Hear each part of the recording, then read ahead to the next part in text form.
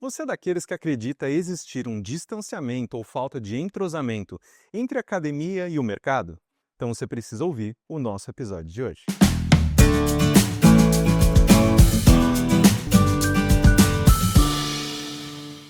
Olá, pessoal. Eu sou o Caio Corraine e está começando o Lifelong Cast, o podcast do profissional em constante movimento, um programa da ESPM para você se preparar para o futuro do trabalho e dos negócios. Enquanto empresas correm atrás de inovação, eficiência e vantagem competitiva, pesquisadores estão desenvolvendo respostas para muitos desses desafios por meio das pesquisas aplicadas. Para entender melhor essa abordagem, hoje eu converso com a Priscila Rezende, coordenadora do ICT e o NIT da ESPM. Priscila, seja muito bem-vinda ao Lifelong Cast, um prazer enorme receber você hoje. Eu que agradeço, o prazer é todo meu.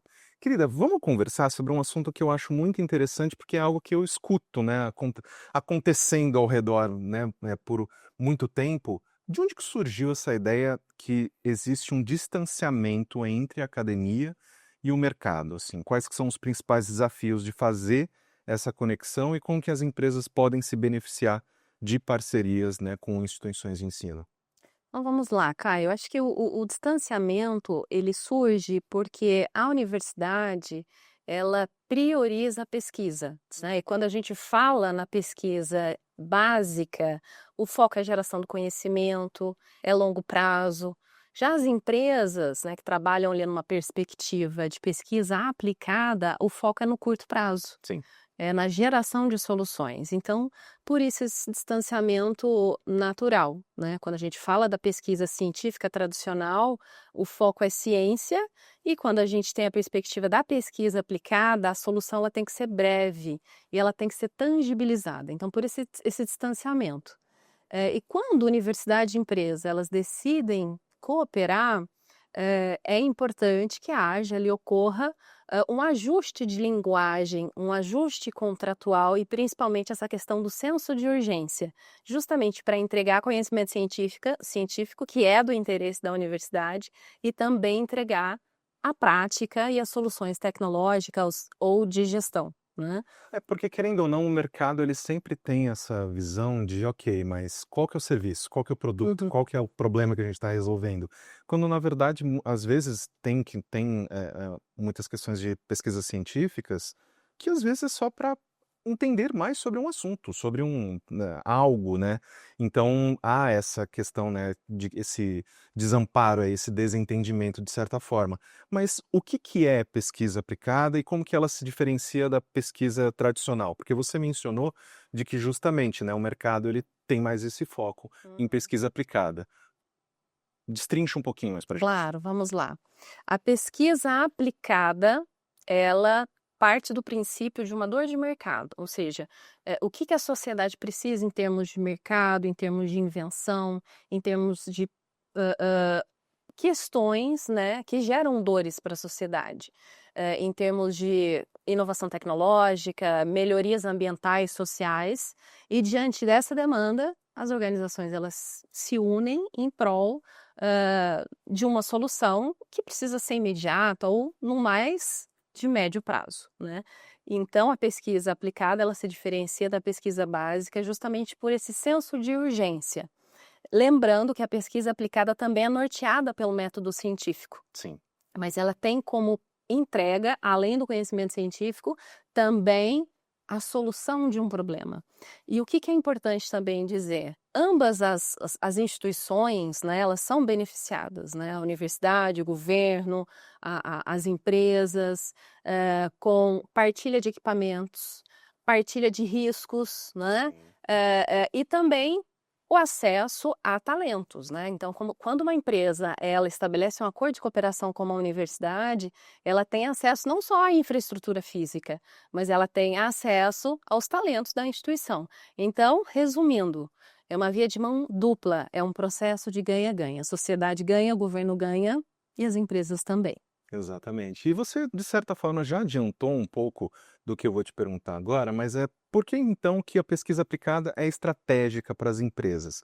Porque, né, você mencionou que, poxa, para as empresas tem esse lado positivo de justamente absorver esses profissionais, absorver esse conhecimento, compartilhar esse risco, porque a gente, né, querendo ou não, todo investimento você, né, pelo menos o investimento vindo do mercado, ele está esperando, opa, quando que vai ser minha hora de, né, de eu tô dando, eu quero receber depois.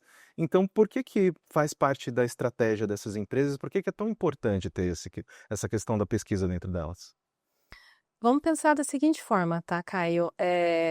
Hoje é muito complicado uma empresa que decide ter um processo de inovação totalmente fechado, onde ela vai custear do início ao fim todo o processo de inovação, até mesmo a pesquisa aplicada, o desenvolvimento, fase de prototipação e depois mercado. Então, qual que é uma estratégia hoje que impera nas empresas? É a chamada inovação aberta. Então, a inovação aberta ela é muito benéfica às empresas. E por que que isso de fato gera benefícios? Porque a partilha de riscos, a partilha de infraestrutura e mais do que isso, ah, aumenta aí a probabilidade de um retorno mais concreto para as necessidades do mercado, né? E mais do que isso, a gente tem que pensar que fazer pesquisa hoje, a empresa custeando sozinha realmente é um ônus, é um valor que as empresas, principalmente no contexto, brasileiro e também no sul global, é um dispêndio muito volumoso. Então você ter a possibilidade de ter parceiros estratégicos, como universidades que geram, conhecimento no estado da arte, que estão aptas a partilhar infraestrutura de ponta, que tem todo um sistema jurídico para apoiar propriedade industrial. Então, de fato, a gente cai numa situação de ganha-ganha. A empresa se beneficia dos recursos da universidade, consegue acesso a editais públicos, aumentando as possibilidades de uma inovação mais efetiva para o mercado. Você pode então compartilhar um caso de sucesso de pesquisa aplicada que envolveu, colaboração entre universidade e empresa? Com certeza, Caio. Inclusive, eu vou usar o meu próprio repertório, né, de pesquisa que é básica, mas também é aplicada. Eu coordeno um projeto de pesquisa com o Fomento FAPESP, que é a Fundação de Amparo à Pesquisa do Estado de São Paulo, onde nós mapeamos, né, as redes de cooperação empresa-universidade para o desenvolvimento de soluções diagnósticas e terapêuticas da Covid e também pós-Covid, né, com o objetivo de avaliar a evolução dessas redes, no momento de crise e depois no momento de pós-crise. E um dos achados, né, da pesquisa foi justamente a importância das redes unindo universidade, empresa e governo em diferentes países, né? Então a gente só teve essa celeridade de pesquisa, de resultado científico que resultou na solução de um problema justamente pela atuação compartilhada e casada de universidades e empresas e também da iniciativa governamental.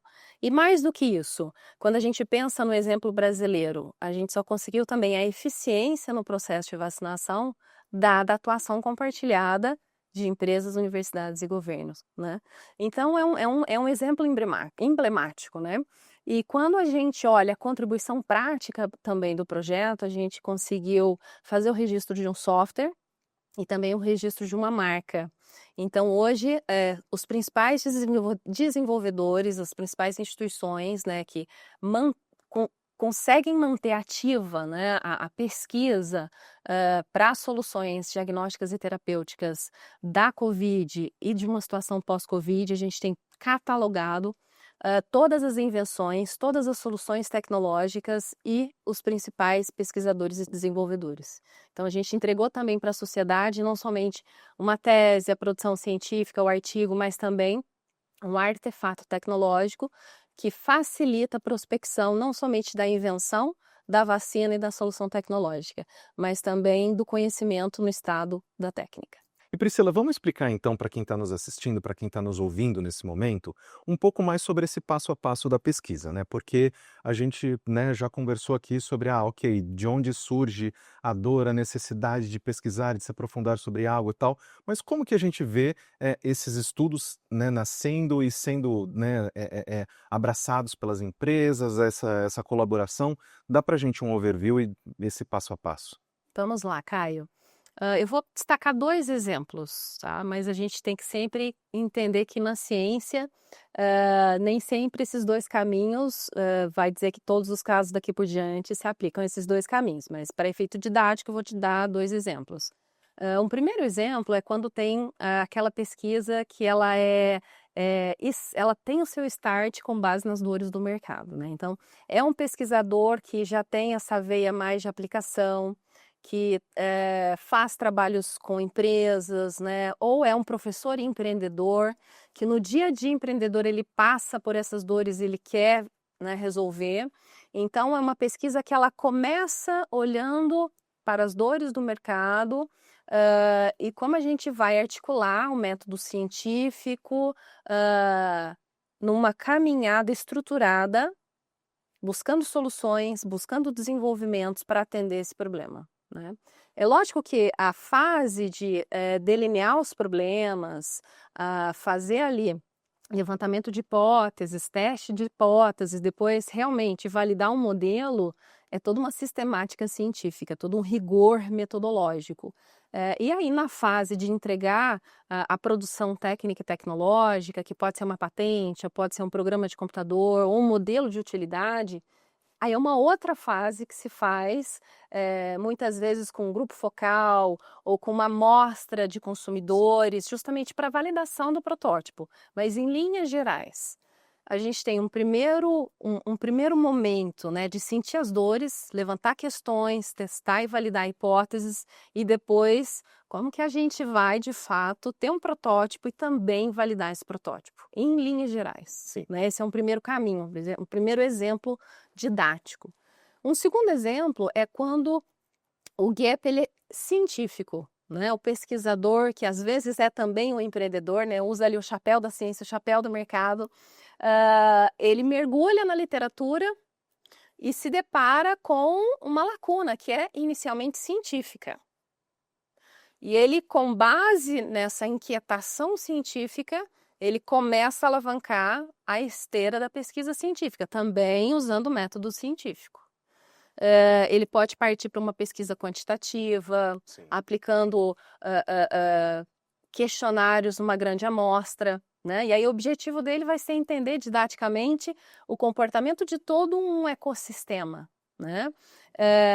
Ele aplica, formula hipóteses, testa hipóteses, e ele pode sim avançar para uma fase de também ter um entregável mais prático, Sim. um modelo, um processo, né? Um plano de mercadologia, por exemplo, né? E depois tentar essa aproximação com a empresa, mas não necessariamente, porque é uma esteira de ciência Sim. que nasce baseada na ciência e que não necessariamente vai ter uma repercussão científica e aplicada, porque ela nasce essencialmente científica. Sim, E exatamente. aí o que a gente precisa entender? Muitas vezes também esse pesquisador, quando ele descobre esse gap científico no início da esteira, ele pode ter uma caminhada mais qualitativa.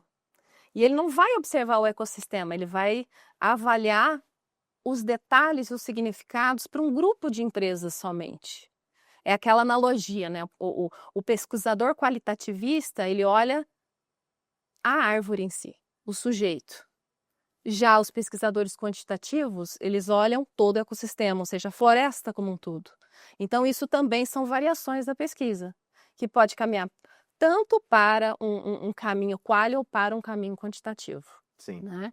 Mas entenda, independente se é quali ou quanti, se a pesquisa nasce essencialmente baseada no conhecimento científico, na questão que nasce ali da pesquisa, ela depois vai ter essa opção, se ela para só no artigo científico, no avanço do conhecimento, ou se ela também vai ter um entregável prático. Nem sempre academia e mercado elas vão usar, Não, né? não. Agora já, quando o pesquisador, ele já parte da pesquisa dele endereçando para o mercado, inevitavelmente ele vai ter ao final da esteira 2 saídas, ou mais de 2 saídas. Ele vai estar gerando conhecimento científico e também o entregável para a sociedade, empresas, governo. Perfeito. E Priscila, finalizando o nosso papo, né, falando justamente dessa conexão de academia com o mercado, a SPM, né, está lançando o ICT. Do que se trata essa iniciativa e qual que é o objetivo dela? Vamos lá, a ESPM tem no seu DNA, né, a inovação e agora essa empreitada, né, de disponibilizar também para a comunidade, a ESPM também para a comunidade externa, o Instituto Científico e Tecnológico, né.